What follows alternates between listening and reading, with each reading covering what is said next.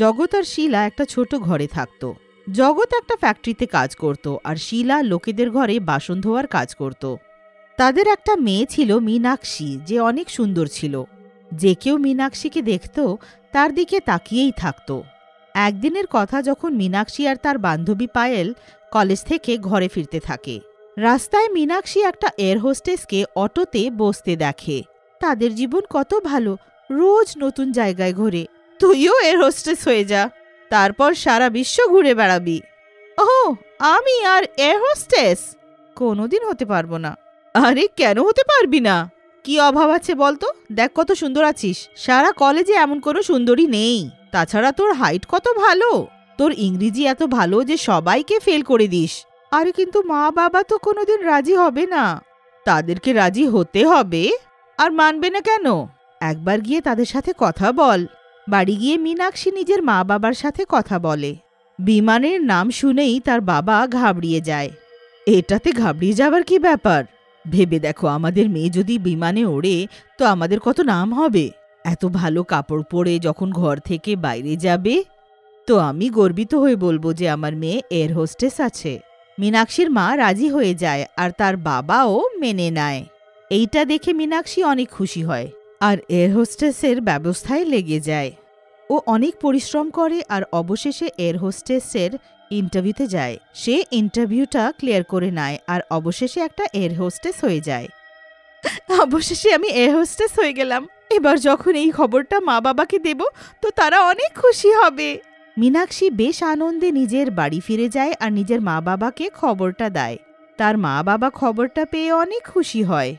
4 দিন পর Meenakshi air হোস্টেসের uniform পরে ভালো করে তৈরি হয়ে ঘর থেকে বেরোয়। আমার মেয়েকে দেখতে কত সুন্দর লাগছে না?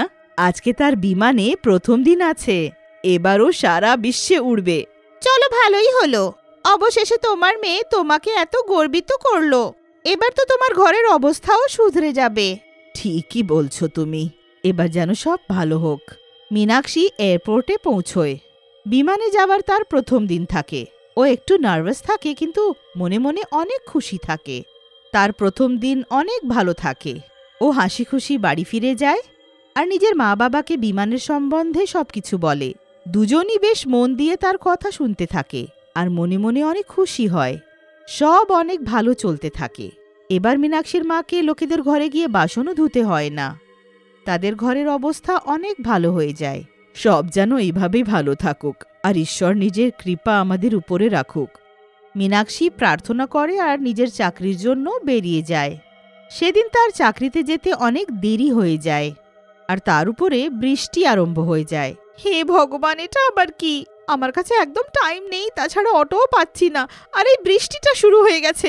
অনেকক্ষণ অপেক্ষা করার পর মীনাক্ষী রাস্তার ওপারে একটা অটোওয়ালাকে দেখে।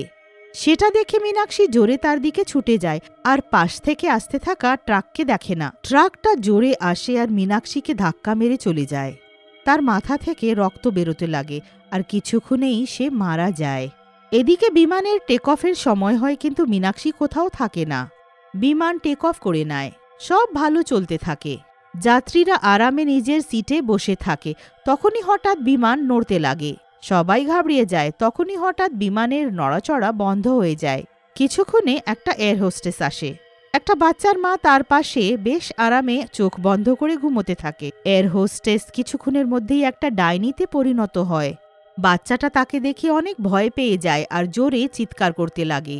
বাচ্চাটার চিৎকার শুনে তার মা উঠে যায়। বাচ্চাটাকে সামলে সে তাকে জিজ্ঞেস করে, কি হলো বিট্টু? কোনো দুঃস্বপ্ন দেখলে কি? মা, এই আন্টি ডাইনি। আমি দেখলাম এর মুখটা অনেক জঘন্য, ভয় পেয়ে গেছি। বিট্টু এইভাবে কাউকে বলে না। চলো আন্টিকে সরি বলো। আরে কোনো ব্যাপার নয় ম্যাম, বাচ্চা হয়তো দুঃস্বপ্ন দেখেছে। আরে মীনাক্ষী, তুই তো আজকে আসিসনি, তবে এখানে কি করে? আমি এসেছিলাম, তুই হয়তো আমাকে দেখিসনি। মীনাক্ষী ওখান থেকে চলে যায়। নিধির ঠিক করে মনে থাকে যে মীনাক্ষী আজকে আসেনি, আর সে অবাক থাকে যে মীনাক্ষী একটা চলন্ত বিমানে কি করে চলে এলো। নিধি এই সম্বন্ধেই ভাবতে থাকে। তখনই হঠাৎ বিমান আবার ঝাঁকুনি খায়। এটা আবার হচ্ছে কি? আমাকে গিয়ে দেখতে হবে। কেউ বুঝতে পারছিল না যে বিমানটা বারবার ঝাঁকুনি খাচ্ছে কেন। সবাই অনেক চিন্তিত থাকে।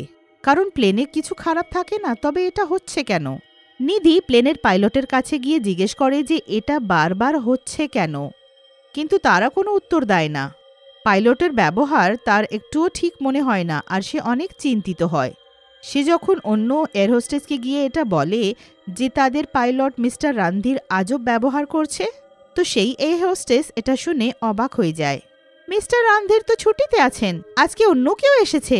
দুজনে যখন ভেতরে গিয়ে পাইলটের চেহারা দেখে তো সেটা মিস্টার রন্ধির নয়, বরং অন্য কেউ থাকে। আপনি কে? আপনি তো আমাদের পাইলট নন। নিজের জায়গা থেকে কেউ যদি নড়ে, এই বাচ্চাটাকে নড়িয়ে দেবো। চল চল, ওই জায়গায় গিয়ে বস, চল চল। সব এয়ার হোস্টেস একদিকে ভয়ে দাঁড়িয়ে যায়। তখনই ওখানে মীনাক্ষী আসে।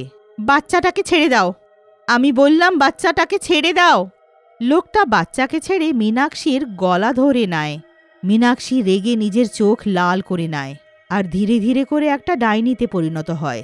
ডাইনিকে দেখে লোকটা ভয় পেয়ে যায়। ডাইনি লোকটার গলা ধরে নেয়। সব যাত্রীরা ডাইনিকে দেখে অনেক ঘাবড়িয়ে যায়। ডাইনি কোথা থেকে এলো রে? এবার বল তোর সাথে কি করি? তোকে এখানে মেরে ফেলি না বিমান থেকে ফেলে দিই? তুই এতগুলো নিরীহ লোকেদেরকে মারতে চাস, আর যখন তোর পালা এলো তো বলছিস আমায় মেরো না? এটা কি করে হতে পারে? ডাইনি লোকটাকে জোরে ঘুষি মারে আর সে পাইলটের কাছে গিয়ে পড়ে যায়। আমি শুধু তোকে নয়, এই পাইলটটাকেও মেরে ফেলবো। তোমরা আমার হাত থেকে আর বাঁচবে না। পাইলট ডাইনিটাকে দেখে এত ঘাবড়িয়ে যায় যে তার হাত কাঁপতে লাগে, আর ও ভুল করে কোনো ভুল বোতাম টিপে দেয়। বোতামটা টেপার পর বিমান জোরে ঝাঁকুনি খেতে লাগে আর তার ব্যালেন্সটা খারাপ হয়ে যায়। যাত্রীরা সবাই ভয়ে চিৎকার করতে লাগে। এয়ার হোস্টেসরাও ঘাবড়িয়ে যায়, কিন্তু তারা যাত্রীদেরকে শান্ত হতে বলে। আপনারা প্লিজ শান্ত হন। দেখুন, আপনারা শান্ত হয়ে যান, আমরা আপনাদেরকে নিরাপদে নিয়ে যাব। এয়ার হোস্টেসের এত বলার সত্ত্বেও কোনো যাত্রী কিছু বুঝতে রাজি ছিল না। এদিকে পাইলটের কেবিনে একটা লোক আহত পড়ে থাকে, আর অন্যদিকে পাইলট একটা কোনো বড় ভুল করে থাকে। তাড়াতাড়ি প্লেনটাকে কোনো নিরাপদ জায়গায় ল্যান্ড করো। না, আমি কাউকে কিছু হতে দেব না, আমি এক্ষুনি কিছু করছি। প্লেন নিজের ব্যালেন্স হারায় আর দ্রুত একটা পাহাড়ের দিকে এগিয়ে যেতে থাকে। ডাইনির কাছে এবার সবাইকে বাঁচানোর শুধু একটাই উপায় থাকে। ও প্লেনের বাইরে গিয়ে তাকে নিজের হাতে তুলে নেয়। আমাকে নিজের পুরো শক্তি ব্যবহার করতে হবে, আমি এই নিরীহ লোকেদেরকে মরতে দিতে পারি না। ডাইনি এয়ার হোস্টেস নিজের পুরো শক্তি লাগিয়ে দেয় আর প্লেনটাকে অন্যদিকে ওড়ায়। কিছুক্ষণেই প্লেন আবার নিজের ব্যালেন্সে চলে আসে। ঈশ্বরের ধন্যবাদ, এবার আমাদের কিছু হবে না। নিধি তাড়াতাড়ি অ্যানাউন্সমেন্ট করে, দেখুন, পাহাড়ের সাথে আর বিমানের সংঘর্ষ হবে না, এবার সব নর্মাল আছে। আমরা কিছুক্ষণে একটা নিরাপদ জায়গায় ল্যান্ড করব। আপনারা সবাই শান্ত থাকুন আর নিজের সিট বেল্ট বন্ধ করুন, আমাদেরকে একজোট থাকতে হবে। কিছুক্ষণেই বিমান একটা নিরাপদ জায়গায় ল্যান্ড হয়। এয়ার হোস্টেস বিমানের দরজাটা খোলে আর সব যাত্রীরা এক এক করে বাইরে চলে আসে। সবার বেরিয়ে আসার পর এয়ার হোস্টেসরাও বেরিয়ে আসে। এবার সবাই ডাইনিকে খুঁজতে লাগে, কিন্তু তাকে কোথাও দেখা যায় না। তখনই কিছুক্ষণে হঠাৎ সে দুজন লোকটাকে গলা ধরে বাইরে নিয়ে আসে। আজকে তোমার কারণে এতগুলো যাত্রীদের প্রাণ বিপদে পড়ল, তোমরা এসব করলে কেন? এবার আমি তোমাদেরকে জ্যান্ত ছাড়ব না। দুজনে ডাইনির সামনে হাত জড়ো করে বসে যায় আর নিজের প্রাণের ভিক্ষা চায়। তুমি এটা কিভাবে করতে পারো? এখানে প্রত্যেক যাত্রী আমাদের দায়িত্ব। কিন্তু তুমি তো মীনাক্ষী, তো তুমি ডাইনি হয়ে গেলে কি করে? হ্যাঁ, আমি মীনাক্ষী আছি, আর আজকে আসার সময় একটা অ্যাক্সিডেন্টে মারা গেলাম। মৃত্যুর পরেও আমি বুঝতে পারিনি যে আমি মারা গেছি, আর আমি রোজকারের মতন জবে চলে এলাম। কিন্তু এই বাচ্চাটা যখন আমাকে ডাইনি বলল তো আমি অবাক হলাম, আর আমায় সব মনে পড়ে গেল। আর যখন নিজেকে ওয়াশরুমে আয়নায় দেখলাম তখন বুঝে গেলাম যে আমি মারা গেছি। এইটা শুনে নিধি আর দীপিকা আহত হয়। মীনাক্ষীর মৃত্যুর তাদের অনেক দুঃখ হয়। বাকি যাত্রীরাও মীনাক্ষীর জন্য অনেক দুঃখিত হয়। আমরা তোমাকে নিয়ে গর্বিত, মৃত্যুর পরেও তুমি নিজের কর্তব্য করলে। ডাইনি হওয়ার সত্ত্বেও তোমার মনে ছিল যে তুমি একজন এয়ার হোস্টেস, আর তোমার দায়িত্ব কি? তোমাদের ওর কাছে শিক্ষা নেওয়া উচিত, তবে গিয়ে কোনো ভালো পাইলট হবে। নিজের কর্মের জন্য পাইলট সবার কাছে ক্ষমা চায় আর নিজের কাজের জন্য দুঃখ প্রকাশ করে। ও সবাইকে নির্বিঘ্নে এয়ারপোর্টে পৌঁছে দেয়। আর তারপরেও সেই ডাইনি এয়ার হোস্টেস যাত্রীদের সাহায্যের জন্য চিরকাল সেই এয়ারপোর্টেই থাকে।